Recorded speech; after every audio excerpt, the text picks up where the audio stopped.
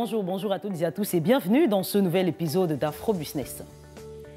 À suivre dans cette édition, accélération de l'industrialisation en Afrique. Le bureau sous-régional pour l'Afrique centrale de la Commission économique des Nations unies pour l'Afrique dote la Commission de la Communauté économique des États de l'Afrique, la CEAC, de plusieurs instruments qui lui permettront de parvenir à un développement rapide dans la sous-région.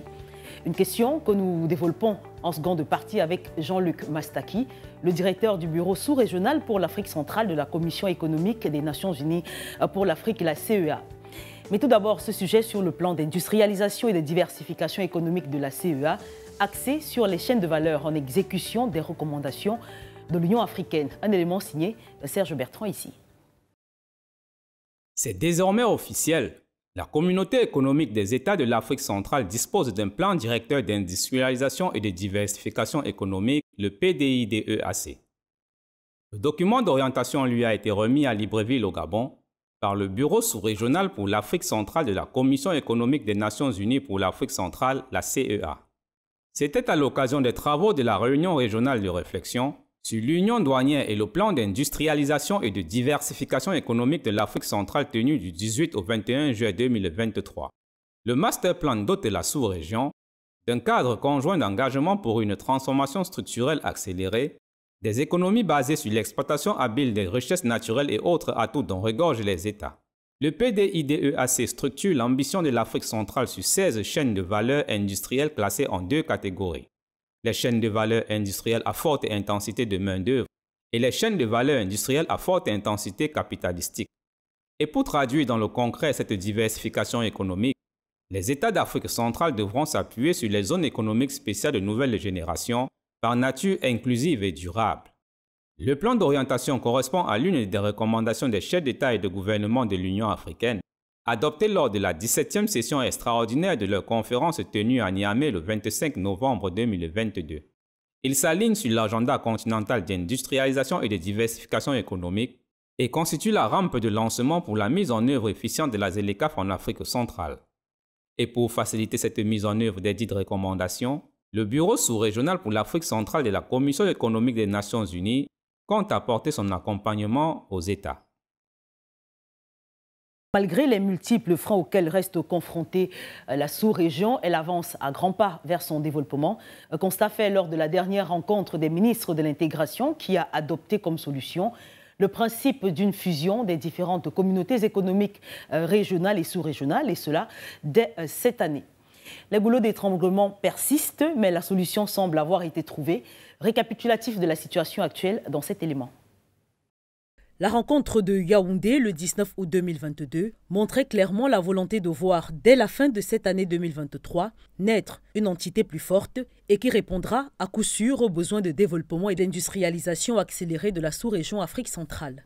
Le principe de la fusion des différentes communautés économiques régionales au profit d'une seule entité viendra résoudre à coup sûr l'un des plus grands problèmes rencontrés en matière d'intégration, la libre circulation des personnes et des biens. Une rencontre suivie par celle de mars 2023 des ministres en charge des questions financières, économiques et de l'intégration de l'Union économique d'Afrique centrale. Une session particulière qui annonçait la 15e conférence des chefs d'État de la CEMAC et dont les principaux objectifs ont tourné autour de l'intégration régionale et de la sécurité. Points qui ont suscité la solidarité des participants au sommet, notamment sur les questions d'action pour le retour au calme dans les pays en guerre et la gestion de l'afflux des réfugiés. De plus, plusieurs promesses d'apport d'aide financière en vue d'un retour à la paix dans des pays comme la RDC ont été annoncées. Des pays qui, en plus de saluer la transition au Tchad, ont plaidé pour la levée de l'embargo sur l'achat des armes qui pèsent contre l'armée en République centrafricaine. À présent, cet entretien accordé à l'équipe d'Afro Business par le directeur du bureau sous-régional pour l'Afrique centrale de la Commission économique des Nations unies pour l'Afrique. A tout de suite.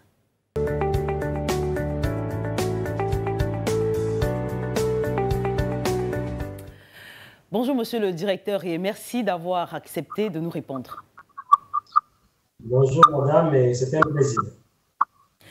Alors, le Bureau sous-régional pour l'Afrique centrale de la Commission économique des Nations Unies pour l'Afrique a officiellement remis à la Commission de la Communauté économique des États de l'Afrique centrale, la CEAC, son document d'orientation pour une industrialisation conforme aux ambitions d'émergence dans la sous-région. Alors, quels sont les axes stratégiques et majeurs contenus dans ce document et comment les mettre en application? Ces documents, il faut d'emblée le dire, est une intervention bien novatrice par rapport à tout l'appui que la Commission économique des Nations Unies pour l'Afrique continue à apporter à la sous-région. Nous avons accompagné un nombre de pays de la sous-région à développer une stratégie des plans directeurs d'industrialisation et de diversification économique. Et il manquait encore ces chaînons-là au niveau sous-régional et nous sommes très heureux d'avoir finalement complété le tableau à travers la disponibilisation de cette stratégie sous-régionale en termes d'industrialisation. Évidemment, il n'y a plus d'espace à donner d'arguments pourquoi on devrait s'industrialiser. Pour une sous-région qui s'est spécialisée dans l'exportation des matières premières et produits de base et dont les conséquences sur l'économie sont connues et bien documentées aujourd'hui. Que ce soit les difficultés de promotion d'une croissance robuste, inclusive et durable, mais aussi la traduction de celle-ci en emploi massif pour nos économies.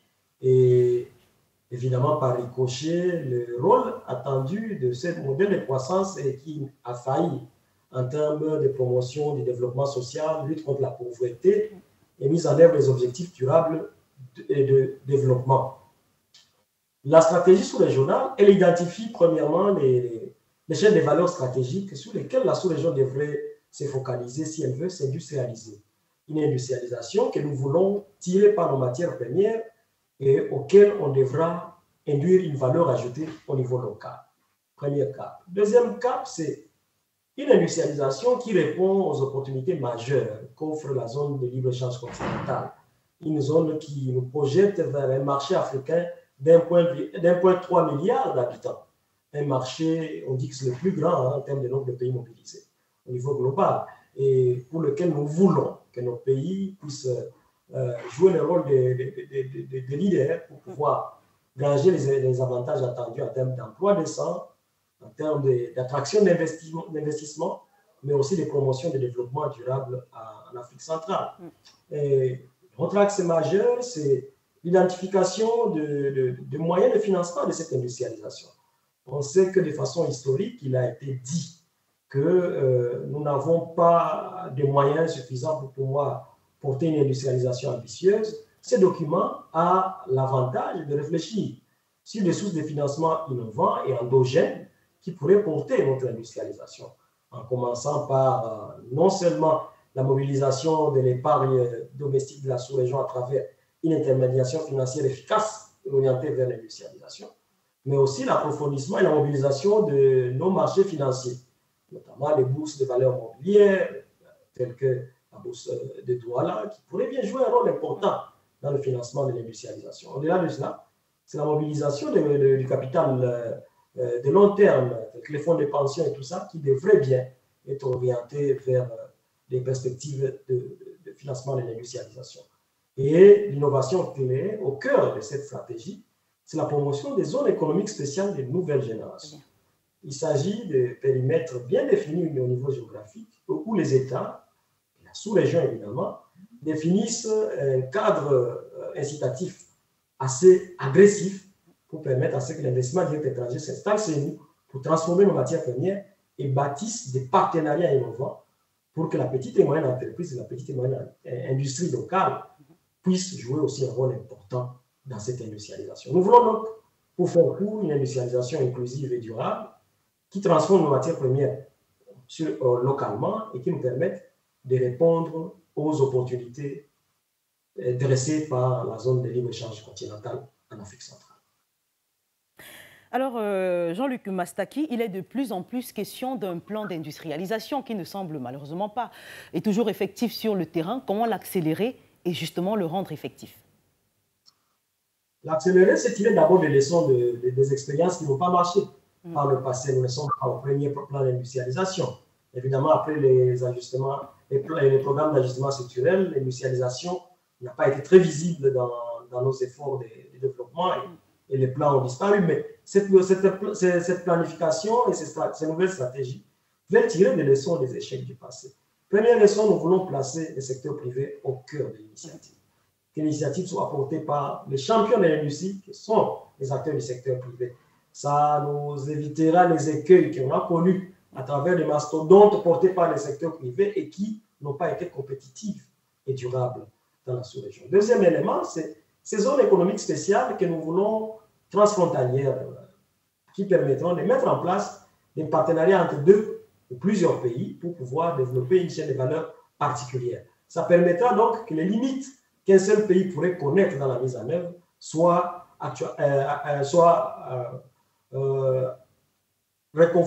plutôt appuyées ou plutôt résolues par l'implication de notre pays et que les questions d'intégration, de taille et d'échelle soient résolues lorsqu'on embrasse la dimension sous-régionale. Un autre écueil qu'on a connu pendant longtemps, c'était l'écueil des compétences, la disponibilisation de main-d'œuvre capable de porter une ambition industrielle de haut niveau et de pointe. Cette stratégie, le PDID-AC, comme nous l'appelons en acronyme, a pour ambition aussi de promouvoir des centres d'excellence qui sont des nœuds et des liens entre les centres de développement des compétences et l'industrie pour permettre à la sous-région de pouvoir développer le capital humain qui accompagne cette industrialisation, afin qu'on ne puisse pas nous dire encore demain qu'on n'a pas les ressources humaines nécessaires pour porter notre ambition.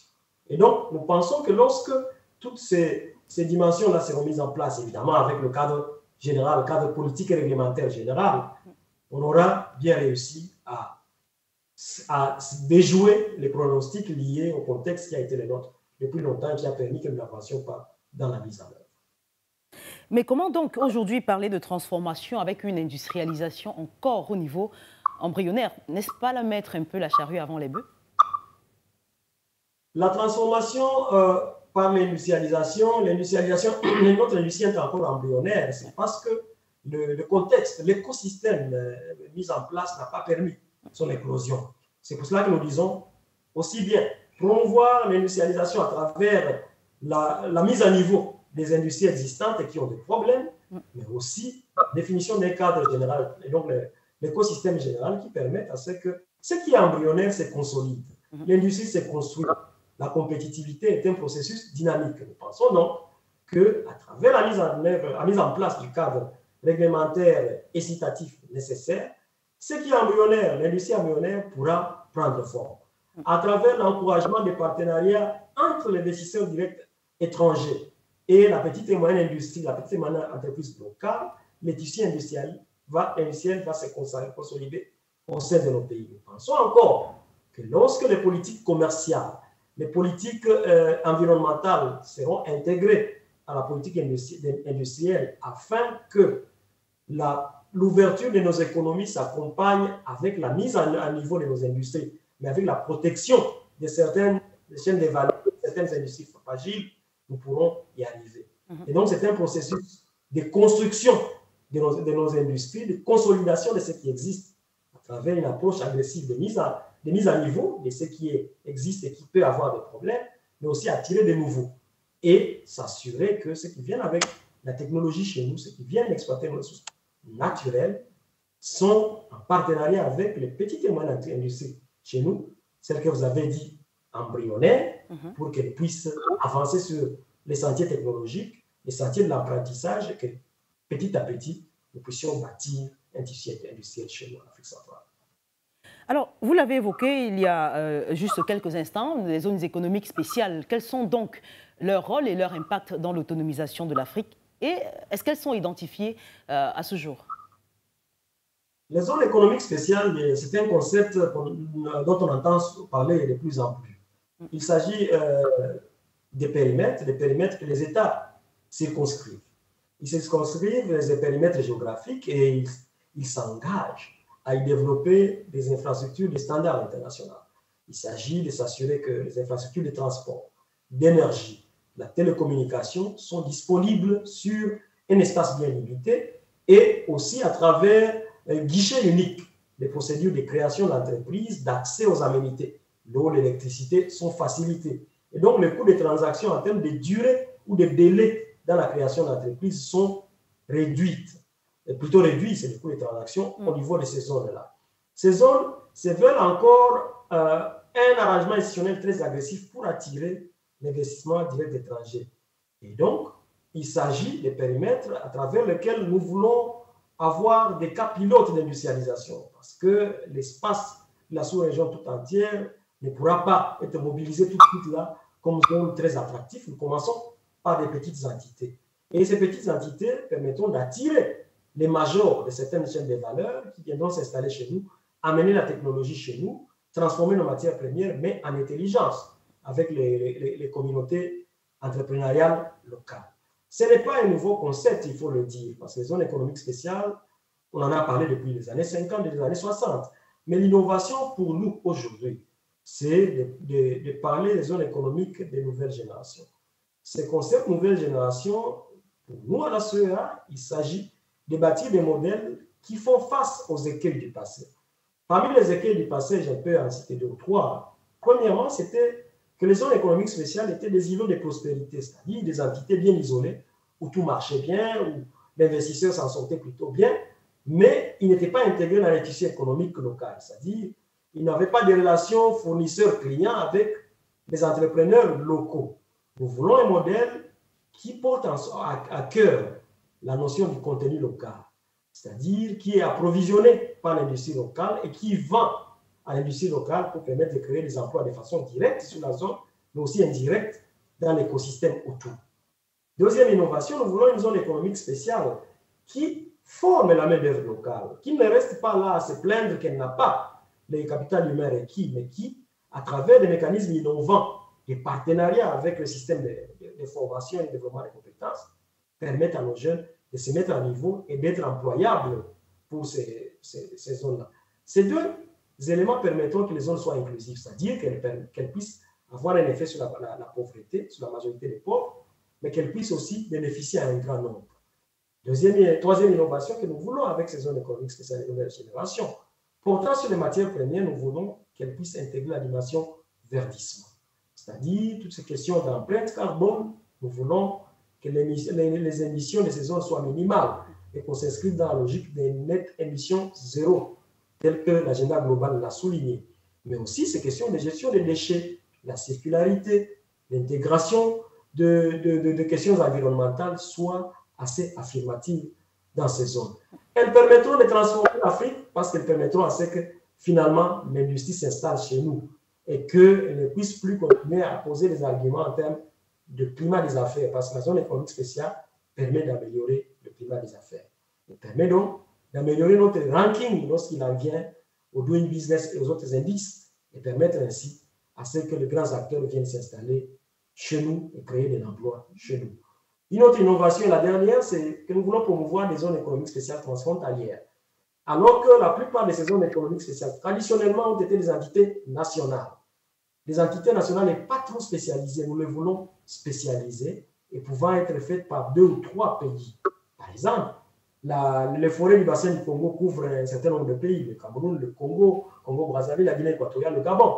Ce serait idéal que 2 pays se mettent ensemble pour développer une industrie de transformation de bois et utiliser les forêts des 2 pays et pouvoir avoir des effets d'entraînement et d'échelle beaucoup plus importants.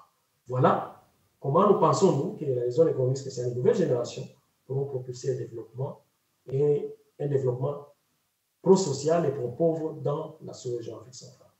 Alors, parlons du PDIDE-AC que vous avez évoqué également. La question que je veux poser, c'est pourquoi forcément ou obligatoirement suivre un plan directeur d'industrialisation et de diversification économique en Afrique centrale? Est-ce qu'il ne serait pas profitable pour chaque État d'avoir son plan de gestion? Très bien. La plupart de nos États ont leur plan directeur d'industrialisation. Le Cameroun a son PDI, les plans directeurs d'industrialisation, pour lesquels d'ailleurs la CEA a contribué à la relecture et à la définition de la stratégie de mise en œuvre rapide à travers la même notion des zones économiques spéciales, dont un modèle intéressant est en train d'être mis en œuvre à Bertois pour la transformation du bois. Il y a encore des chemins à faire, mais on est en train d'avancer. Le Tchad, nous l'avons accompagné à avoir son PDI2AC, son PDI2 plutôt, c'est-à-dire le plan directeur d'industrialisation et de diversification économique.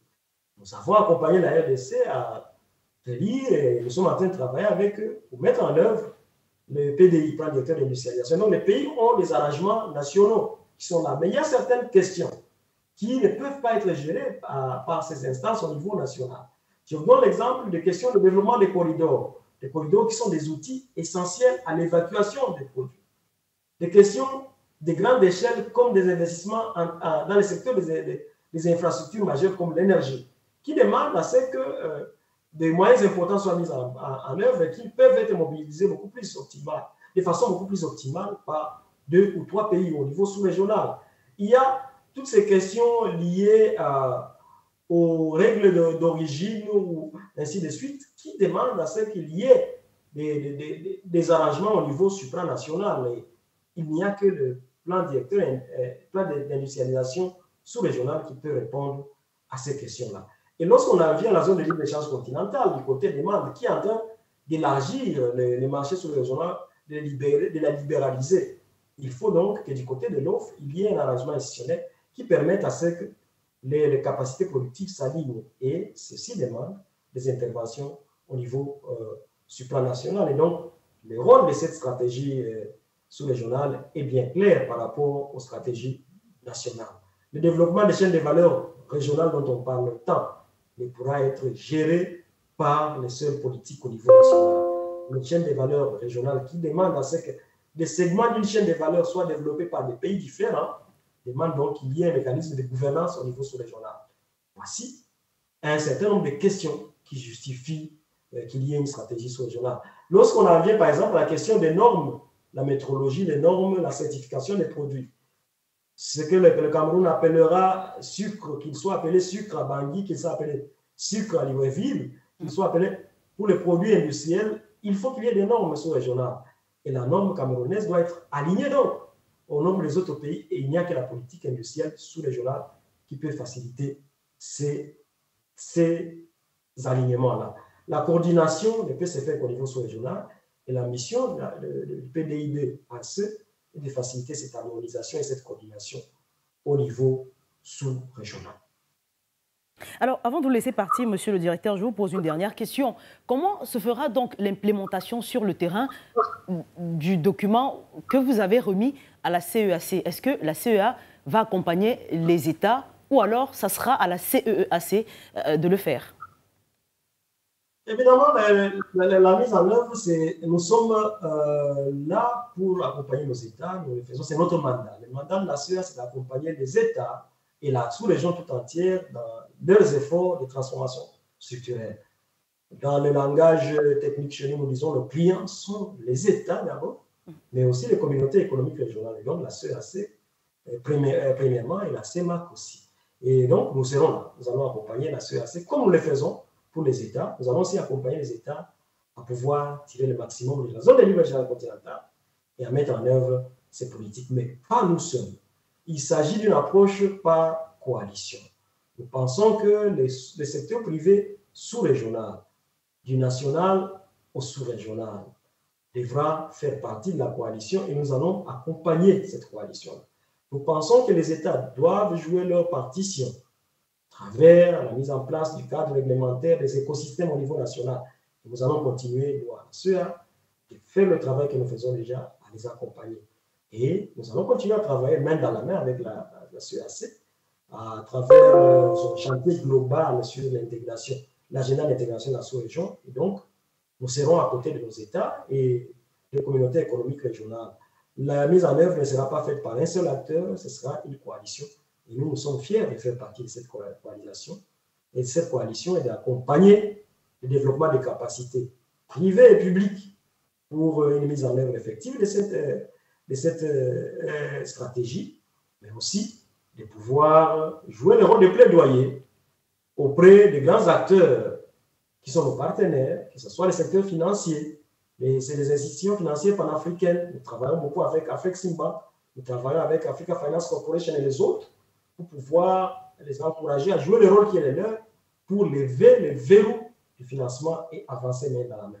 Nous serons donc partie prenante à une coalition où la CEAC a son rôle, la CEA a son rôle, les autres grands acteurs ont leur rôle et les États ont leur rôle tout en reconnaissant que c'est le secteur privé qui industrialise un pays et une sous-région.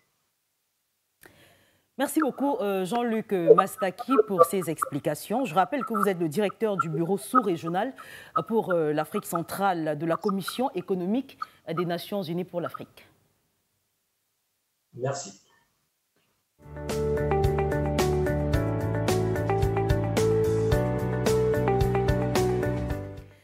Et c'est la fin de cette autre édition. Merci à vous de nous avoir suivis. Vous pouvez également nous regarder sur nos différentes plateformes de réseaux sociaux, sur Facebook, sur Twitter, sur LinkedIn ou encore sur Instagram. Vous pouvez également nous suivre sur Star Times, canal 792. À très vite.